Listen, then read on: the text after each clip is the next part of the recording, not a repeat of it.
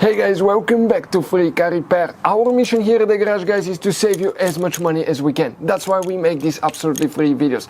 Let's go ahead and start on it now. So we're going to demonstrate here, guys, now specifically on a 2012 Ford F-150. But even if you have a different year, that generation, video may be helpful.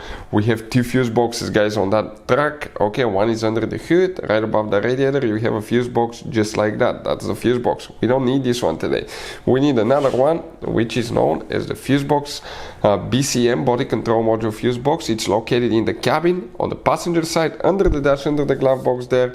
By that kick panel, you remove the plastic there, you open the fuse box, and you're going to end up seeing that. We zoomed it so we can show you everything with a great detail. Now, first, let's explain, so you don't waste your time and money, why it's important to test fuses and relays.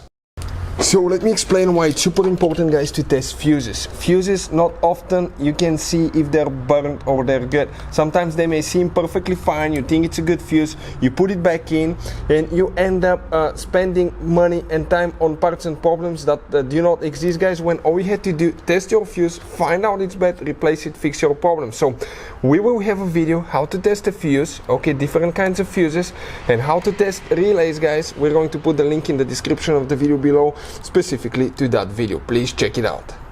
So if your high beams do not work, guys, we have a special video if just left or right headlight does not work, left headlight fuse, right headlight fuse, but the high beams, it's for left and right side, it's on one fuse.